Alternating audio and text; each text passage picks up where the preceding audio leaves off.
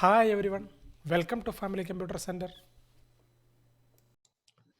In this video, we are going to discuss about restart numbering and continue numbering option in Microsoft Word. In this list, we have a list of topics which are divided under different days. So we are going to give a numbering for the day one topics. So I select my list. I pick a numbering style from the numbering drop down button. So you can see a number style is applied for the topics starting from 1 up to 6. Now I'm going to apply a numbering style for my day 2 topics. I select the list, go to this numbering button and I pick the same style here. So you can see the numbering style is starting from 1 up to 8 it is coming.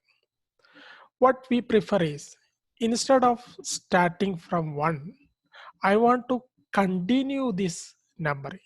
It should come here 7. So we can do it in two ways. One is we can make use of this autocorrect option and we can pick continue numbering.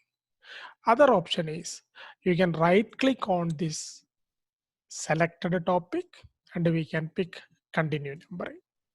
Now for day 3 topics, I'm selecting the topics, selecting a number style from numbered list. As we have seen in the previous case, it is starting with 1. So I'm going to make use of this autocorrect option, continue numbering.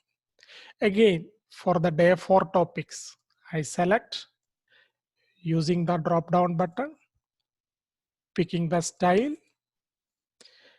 Then I'm giving by right clicking continue numbering. In case you don't want to continue numbering like this, say under day 2, I want to restart numbering. I can select the list, right click, give restart at 1. Now for the day 2 also I select the list, right click, restart at 1. Selecting the topics under day 4, right clicking, restart at 1. So this is the restart numbering and continue numbering option in your Microsoft Word. Thank you so much for watching this video. Please subscribe our channel for more useful videos.